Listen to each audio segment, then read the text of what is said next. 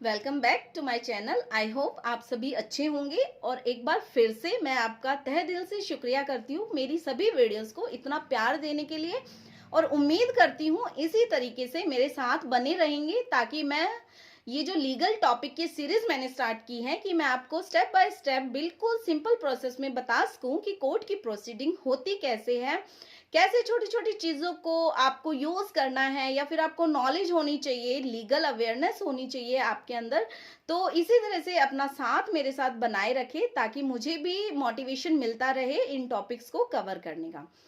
As usual आपको पता चल ही गया होगा कि आज का जो टॉपिक है वो क्या रहने वाला है, क्योंकि मेरे थंबनेल से आपने पहचान लिया होगा कि आज हम जो डिस्कस करेंगे वो 498A से रिलेटेड है, दहेज के केस। और उसमें भी जो टॉपिक कवर मैं करूंगी वो ये है कि आप इन प्रोविजंस में बेल कैसे ले सकते हैं, क्या प्रोविजंस है, किस कोर्ट को पावर है आपको बेल देने के लिए, या फिर आप एंटिसिपेशन बेल ले सकते हैं, रेगुलर बेल ले सकते हैं, या फिर क्या है। जो भी आपके माइंड्स में डाउट है उनको हम धीरे धीरे सारी क्लियर करते चलेंगे। बस आप लास्ट तक मेरी इस वीडियो तक बने रहें ताकि आपके सारे डाउट्स क्लियर हो जाएं।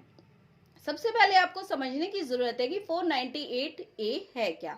498A आईपीसी डिफाइन करता है कि कोई भी हस्बैंड या उसके रिलेटिव्स उसकी वाइफ के ऊपर जब क्रूअल्टी करते हैं तो वहां पर उसको पनिशेबल बनाया गया है, 3 ईयर का पनिशमेंट है और नॉन बेलेबल ऑफेंस है। जैसा कि आपको पता है और नहीं पता है तो अब आप इन छोटी छोटी चीजों को नोट करते चलें ताकि आपको इन चीजों का नॉलेज होता जाए। उसके बाद 498A में क्रुएल्टी को भी बताया गया है। तो क्रुएल्टी को बताया गया है कि या तो फिजिकल हो सकती है या मेंटल हो सकती है, मतलब कि आप कोई ऐसा एक्ट कर रहे हैं जिससे उस लेडी को इतना मेंटली प्रेशर हुआ या फिर इतना फिजिकली उसको टॉर्चर किया गया कि उसने सुसाइड करने का अटेम्प्ट किया, या फिर उसने कोई ऐसा अटेम्प्ट किया जिससे उसे इतना ग्रीवियस हर्ट हुआ है कि वो उससे रिकवर कर ही नहीं पा रही है, या फिर हरेसमेंट आप इतना कर रहे हो किसी भी प्रॉपर्टी की डिमांड को लेकर या फिर वैल्यूएबल सिक्योरिटी को लेकर आप डिमांड कर रहे हो और वो उसको फुलफिल नहीं कर पा रही है, तो आप डेली के ताने मारना या फिर टॉर्चर करना या फिर छोटी छोटी चीजों से उसको इतना परेशान कर देना कि वो सुसाइड करने के लिए मजबूर हो जाए। तो ये था 498A को डिफाइन किया गया। अब आपको ये समझना जरूरी है कि 498A के साथ जो सेक्शन साइट होते हैं वो कैसे हैं साइट होते हैं और वो क्यों लगाए जाते हैं। जैसे आपने देखा होगा कोई भी अगर डिवोर्स का केस फाइल होता है तो पैरेलली एक अलग FIR फाइल होती है, क्योंकि डिवोर्स का केस फैमिली मैटर होता है और 498A और उसके साथ जो सेक्शंस लगते हैं वो क्रिमिनल सेक्शन लगते हैं। 498A को भी सुप्रीम कोर्ट की गाइडलाइंस में फैमिली मैटर ही माना गया है, लेकिन उस पर क्रिमिनल चार्जेस लगते हैं इसलिए वो क्रिमिनल FIR हो जाती है। तो अब आपको जानना जरूरी है कि 498A के साथ 406 भी लगता है। 406 इसलिए लगता है जब लड़की अपने फादर के घर से जो भी सामान लेके आती है तो उसके ससुराल वाले उसका मिसयूज करते हैं, उसकी परमिशन के बिना उसको बेच देना या फिर उसको इस तरह बुरी तरीके से उसका यूज करना, काइंड ऑफ मिसयूज करते हैं, तो वहां पे 406 लगता है। ठीक है, वहां पे वो ये बताना चाहती है कि मेरा सामान वहीं पे है, ससुराल वालों के पास है, वो भी दिलवाया जाए। उसके बाद जब सेक्शन लगते हैं 376 और 354 आईपीसी, ये सारे नॉन बेलेबल ऑफेंस हैं। इनमें जो प्रोविजन है 3 साल की सजा का प्रोविजन है। 376 में अलग अलग पनिशमेंट्स दी गई हैं, लेकिन जो 376 है और 498A है ये कोर्ट ऑफ सेशन ट्राइबल है, तो यहाँ पे बेल लेने की जो प्रोविजन है वो डिफरेंट है। तो मैं आगे आपको स्टेप बाय स्टेप बताऊंगी कि इसमें आपको बेल लेनी कैसे है। अब आपको पता चला कि कौन कौन से सेक्शन साइट होते हैं। 376 रेप और 354 छेड़खानी इसलिए लगाए जाते हैं कि लड़की अपने ससुर पे, उस पे देवर पे और जेठ पे छेड़खानी के या रेप के एलिगेशन लगाती है। अगर उसके साथ ऐसा कुछ हुआ है या फिर एलिगेशन प्रूफ होते हैं तो वो बाद में डिसाइड किया जाता है कि ये सेक्शन सही है या नहीं है। आगे मैं आपको ये भी बताऊंगी अगर आपके ऊपर भी ये एलिगेशन लगे हैं FIR में तो आपको उनको कैसे हटवाना है। ठीक है, अब मैं आपको ये चीज बताती हूँ कि ये एक पूरा जो ड्राफ्ट होता है ये एफआईआर या तो आप 2 पार्ट्स में करवा सकते हैं या आप एक ही एफआईआर में करवा सकते हैं। कैसे? अगर आप अलग एफआईआर करवाते हैं तो 498 ए के साथ 406 लगेगा, 506 लगेगा और 323 लगेगा। 406 मैंने आपको बता दिया, 506 है धमकी देते हैं अगर आपके ससुराल वाले आपको, या फिर 323 आपके साथ मारपीट करते हैं, ये सेक्शंस लगते हैं। उसके बाद अगर आप 376 लगवाते हैं या फिर 354 लगवाते हैं तो उसकी एफआईआर अलग होती है तो सारे ही नॉन बेलेबल। तो अब इसमें बेल लेने के प्रोविजन मैं आपको बताती हूँ कि कैसे हैं, क्योंकि एक यहाँ पे जजमेंट आपको पता होना बहुत जरूरी है। 2 जुलाई 2014 को एक सुप्रीम कोर्ट का जजमेंट आया था, Arnesh Kumar versus state of Bihar, जिसमें गाइडलाइंस दी गई कि अगर कोई 498 ए में एफआईआर होती है, 498 को सबसे पहले उन्होंने फैमिली मैटर माना। उसके बाद उन्होंने बोला कि जिस भी ऑफेंस में, नॉन बेलेबल ऑफेंस में 3 साल से 7 साल की पनिशमेंट है, तो बेशक वो नॉन बेलेबल है, कोई फर्क नहीं पड़ता, वहां पे अरेस्ट की पावर अगर पुलिस को दी गई है तो उससे पहले उनको डीसीपी की परमिशन लेना जरूरी है। बिना परमिशन लेटर के वो आपको अरेस्ट नहीं कर सकते। अगर आप एक हस्बैंड है जो मुझे देख रहे हैं, आपके ऊपर या आपकी फैमिली के ऊपर ये एलिगेशन लगे हैं, तो आपको डरने की जरूरत नहीं है। फर्स्ट ऑफ ऑल तो आपको गिरफ्तार किया ही नहीं जा सकता बिना परमिशन के। आपको जस्ट 41A का नोटिस भेजा जाएगा, पुलिस स्टेशन में बुलाया जाएगा, फिर आपको एक मौका दिया जाएगा। आपके ऊपर जो एलिगेशन लगे हैं आप उनको डिनाई करते हैं, क्या प्रूफ देते हैं। अगर आपके पास प्रूफ्स हैं तो आप वहां पे ये जो सेक्शंस हैं ये हटवा भी सकते हैं इन्वेस्टिगेशन टाइम में। अब सबसे बड़ी बात आती है कि अगर पुलिस ऑफिसर इस गाइडलाइंस को कंप्लाई ना करे, इसके साथ अगर कंप्लाई नहीं करते हैं वो, क्योंकि अरेस्ट करने के लिए उनको डीसीपी की परमिशन की जरूरत है, लेकिन अगर वो अरेस्ट नहीं करते हैं तो आप उनकी कंप्लेंट डीसीपी को कर सकते हैं। अब दूसरी चीज आती है कि आपको इन प्रोविजंस में एंटिसिपेशन बेल कैसे लेनी है, कैसे फाइल करनी है, कहां पे फाइल करनी है।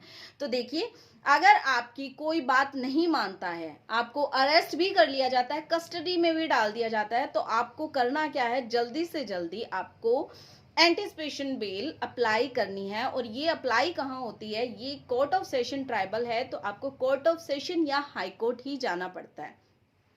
अब यहाँ पर मोस्टली गलती क्या करते हैं कि सीधा हाई कोर्ट को अप्रोच करते हैं, तो मेरी ये रिक्वेस्ट है, सीधा हाई कोर्ट में जाने से बेटर है आप पहले कोर्ट ऑफ सेशन में अप्लाई करें, क्योंकि सीधा अगर आप हाई कोर्ट को अप्रोच करेंगे तो वहां पे आपसे पूछ लिया जाएगा, ग्राउंड्स पूछ लिए जाएंगे कि आपने कोर्ट ऑफ सेशन में क्यों नहीं अप्लाई किया।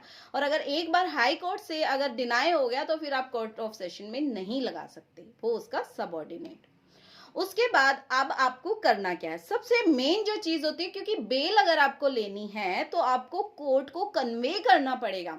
और वो कन्वे आप कैसे करोगे, जो आपकी बेल की ड्राफ्टिंग होगी, जो एप्लीकेशन होगी, उसमें आपको क्या लिखना है, मैं आपको बिल्कुल स्टेप बाय स्टेप बताऊंगी कि बेल में ऐसी क्या चीजें आपको लिखनी है कि कोर्ट आपसे कन्वे हो जाए और आपको उसी टाइम बेल ग्रांट कर दे। अब यहीं पे एक प्रोविजन निकल के आता है कि सेक्शन 438 में सीआरपीसी में अगर आपकी बेल को रिजेक्ट कर दिया जाता है तो वहां पे एक टाइम पीरियड के लिए आपको एक इंटरिम ऑर्डर दे दिया जाता है कि जाइए आप हाई कोर्ट में मूव करिए।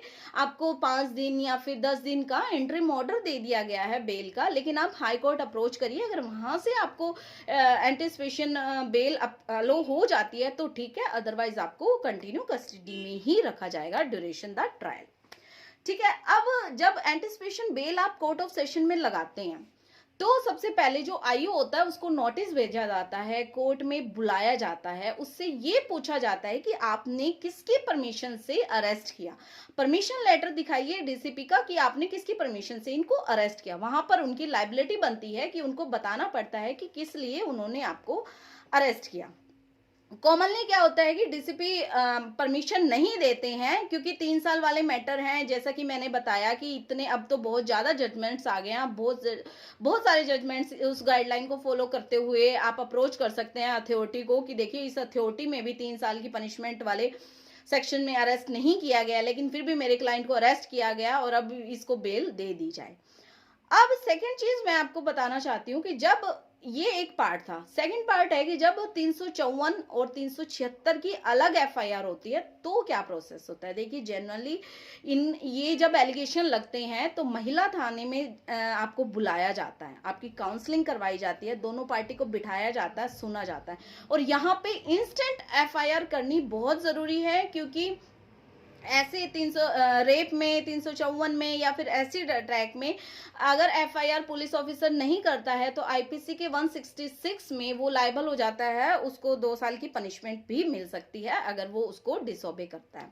तो अगर आपको बुलाया गया है और आपके ऊपर एलिगेशन लगे हैं, अगर आपके पास प्रूफ है कि 376 और 354 के एलिगेशन गलत लगाए गए हैं मेरे फैमिली के ऊपर, तो वहां पे जब इन्वेस्टिगेशन चल रही होती है केस की, आप वहां पर उन एविडेंस को पुलिस स्टेशन में ही एविडेंस को प्रूव करके उन एलिगेशंस को हटवा भी सकते हैं। अब एलिगेशंस कैसे हटवा सकते हैं, देखिए अगर 376 का या 354 का 376 के साथ अगर लगाया गया है तो सबसे पहले लड़की ने अगर मेडिकल करवाया है, फर्स्ट ऑफ ऑल तो अगर उसने मेडिकल करवाने से मना किया है तो ये अपने आप में एक ग्राउंड है कि लड़की ने रेप के एलिगेशन लगाए हैं और वो मेडिकल करवाने से रिफ्यूज कर रही है। उसके बाद अगर उन्होंने मेडिकल करवाया है और मेडिकल में कुछ नहीं आया, तो जब कुछ नहीं आया है तो सेक्शन अपने आप हट जाएंगे, क्योंकि वहां पे वो साइट ही नहीं करेंगे। या फिर आपने जब वो एलिगेशन लगाने की आपको धमकी दे रही थी, आपने कोई वीडियो रिकॉर्डिंग बनाई है या फिर आपके पास कोई प्रूफ है कि वो मैसेज में आपको बोल रही है, तो भी आप वहां से वो चीज पेश करके उन एलिगेशंस को हटवा सकते हैं। लेकिन फिर भी अगर ये सेक्शन सेम रहते हैं तो अब आपके पास क्या प्रोविजन है बेल का। देखिए एंटिसिपेशन बेल 438 में जब आप एंटिसिपेशन बेल के लिए जाते हैं तो वो कोर्ट ऑफ सेशन ट्राइबल है। उसके बाद जब 354 है वो जुडिशियल मजिस्ट्रेट फर्स्ट क्लास का ट्राइबल है, जिसमें आप बेल लेने के लिए 437 सीआरपीसी में बेल अप्लाई करते हैं। उसके बाद 376 रेप के लिए फिर से वो सेशन ट्रायल है, तो आपको फिर से 438 सीआरपीसी में मूव करना पड़ता है। तो अब इसकी ड्राफ्टिंग आप कैसे करें, आप ग्राउंड्स कैसे ले, क्योंकि 438 में कुछ स्पेसिफिक बातें लिखी गई हैं कि अगर आपको एप्रीहेंशन है, सबसे बड़ी बात है कि अगर आपको एप्रीहेंशन, आपको डर भी है कि मेरे ऊपर ये एलिगेशन लगा दिए हैं, क्योंकि वो आपको धमकी दे रही है फोन पे और कि मैं एलिगेशन लगा दूंगी, मैं तुम्हें फंसवा दूंगी, तो आपको डर है कि कल को एफआईआर हो जाएगी और मुझे पकड़ लिया जाएगा, तो उससे पहले ही आपको एंटिसिपेशन बेल अप्लाई करना है कोर्ट ऑफ सेशन में, और उसके लिए आपको सॉलिड ग्राउंड होने चाहिए। सबसे पहले तो आपको ये बताना पड़ेगा कि मेरा जो बैकग्राउंड है बिल्कुल क्लियर है एकदम, मेरा कोई क्रिमिनल बैकग्राउंड नहीं है, आज तक मैंने कोई ऐसा एक्ट नहीं किया जो मुझे क्रिमिनल चार्जेस में फंसा सकता हो, बिल्कुल क्लियर। उसके बाद सेकंड चीज, आपको अपनी फैमिली बैकग्राउंड भी बतानी पड़ेगी, आपका एजुकेशन बैकग्राउंड भी बताना पड़ेगा, ठीक है। उसके बाद आपको अपने रिलेटिव्स अगर कोई जॉब पे है या फिर उनकी जो रेपुटेशन है सोसाइटी में, आपको वो भी प्रूव करनी पड़ेगी। आपको ये भी लिखना पड़ेगा कि अगर इस तरह के एलिगेशंस मुझ पे लगते हैं तो मेरी रेपुटेशन डैमेज होगी, क्योंकि कोर्ट इस चीज को देखता है कि अगर ये एलिगेशन इन पर्सन के ऊपर लगे हैं तो इनकी सोसाइटी में जो रेपुटेशन है वो कितना हार्म होगा। उसके बाद आपको ये भी बताना पड़ेगा कि लड़की ने कोई भी मेडिकल प्रूफ नहीं दिया है, तो ये सेक्शन प्रूफ ही नहीं होते हैं, कोई मेडिकल एग्जामिनेशन नहीं था। उसके बाद अगर आपने वहां कोई विटनेस है तो आपको बेल के साथ उस विटनेस का एज ए एफिडेविट भी लगाना पड़ेगा और कोर्ट से रिक्वेस्ट करनी पड़ेगी कि एक बार सर इनको सुन लिया जाए, क्योंकि बेल देना कहीं ना कहीं किसी बुक में इसकी ड्राफ्टिंग नहीं मिलेगी, बेल देना कोर्ट की डिस्क्रिप्शन है, नॉन बेलेबल ऑफेंस है सारे, चाहे तो वो दे भी सकते हैं अगर वो आपके ग्राउंड से कन्वीनियंट हुए, आपके ग्राउंड से अगर वो फ्रैक्चरेट हुए, मतलब कि उनको लगा कि अगर जस्टिस देना है तो बेल देना जरूरी है, तो वहां पे कोर्ट आपको बेल दे सकती है। लेकिन आपके ग्राउंड्स ही नहीं डाले, आपने कुछ डाला ही नहीं है, आप सीधा ही कोर्ट में प्रेजेंट करें सिंपल एप्लीकेशन, तो क्योंकि नॉन बेलेबल ऑफेंस है, कोर्ट चाहे कोर्ट ऑफ सेशन चाहे तो उसको रिजेक्ट कर सकते हैं, फिर आप हाई कोर्ट तक जाइए, अगर वहां से भी रिजेक्ट हो जाती है तो फिर आप ट्रायल को फेस कीजिए। फिर आपको पता ही है, आपके पास एविडेंस है तो आप प्रूव कर लोगे, क्योंकि पूरा जो केस होता है मेरिट पे डिसाइड होता है। जो इसके पास एविडेंस है वो प्रूव करो, अदरवाइज आपको सजा मिलेगी। लेकिन ये जो बेल लेने का प्रोविजन है, मैं अभी भी यही कहूंगी, मैंने जो ग्राउंड्स बताए हैं आप उन ग्राउंड्स को जरूर ऐड कीजिए, क्योंकि एंटिसिपेशन बेल लेने के लिए ग्राउंड्स ही मैंडेटरी हैं। अगर आपने ग्राउंड्स ही नहीं दिए हैं कि मुझे क्यों बेल मिले, कि बेल नहीं मिली तो इन एलिगेशन से मेरे ऊपर क्या फर्क पड़ेगा, और मुझे बेल देना कितना जरूरी है, कि मैं अगर मुझे बेल नहीं मिली तो मेरी फैमिली कितना सफर करेगी उस चीज से। जो क्योंकि अभी एलिगेशंस लगे हैं, बोलने से कभी प्रूफ नहीं होता कि आप गिल्ट हो, वो बाद में कोर्ट डिसाइड करेगी कि आप गिल्ट हो या नहीं हो। सिर्फ एलिगेशन लगे हैं, और एलिगेशंस कैसे लगे हैं उसका आपके ऊपर क्या इम्पैक्ट पड़ेगा, आपके सोसाइटी पे क्या इम्पैक्ट पड़ेगा। क्योंकि एक लड़की अगर एलिगेशन लगाती है, फर्स्ट ऑफ ऑल तो कहीं ना कहीं कुछ रहा होगा, वो तभी एलिगेशंस लगाती है। लेकिन अगर फिर भी फॉल्स एलिगेशन लगे हैं तो आप अगर अपनी बात को बहुत अच्छे से कोर्ट के आगे प्रेजेंट करेंगे तो डेफिनेटली आपको बेल मिलेगी। तो आई होप मेरा आज का ये वीडियो जो था 498A से रिलेटेड, जो बैकग्राउंड मैंने बताया, जो जजमेंट मैंने किया, अगर आपको इस जजमेंट की कॉपी चाहिए तो डिस्क्रिप्शन में मेरे कम्युनिकेशन लिंक्स हैं, आप मुझे वहां पे मैसेज कीजिए, मैं आपको PDF free of cost provide करूंगी। तो मुझे कमेंट करके जरूर बताइए कि आज की मेरी इंफॉर्मेटिव वीडियो आपको कैसी लगी। आई होप आप सभी को समझ आया होगा, और इसी तरह से अपना प्यार मेरे साथ बनाए रखें और मेरे साथ बने रहिए, ताकि मेरी अपकमिंग वीडियोस आपको इंफॉर्मेशन देती रहे। आई होप आप मुझे सब्सक्राइब जरूर करेंगे, और लाइक शेयर करना ना भूलें, और सब्सक्राइब करके बेल बटन जरूर दबाएं, क्योंकि मैं डेली तो नहीं लेकिन 2 या 3 डेज में ऐसा कंटेंट लेके आती रहती हूँ और आपको जल्दी से पता चल जाए। तो थैंक यू सो मच। अगर मेरी इन्फॉर्मेशन आपको अच्छी लगी हो तो सब्सक्राइब जरूर करें। Thank you.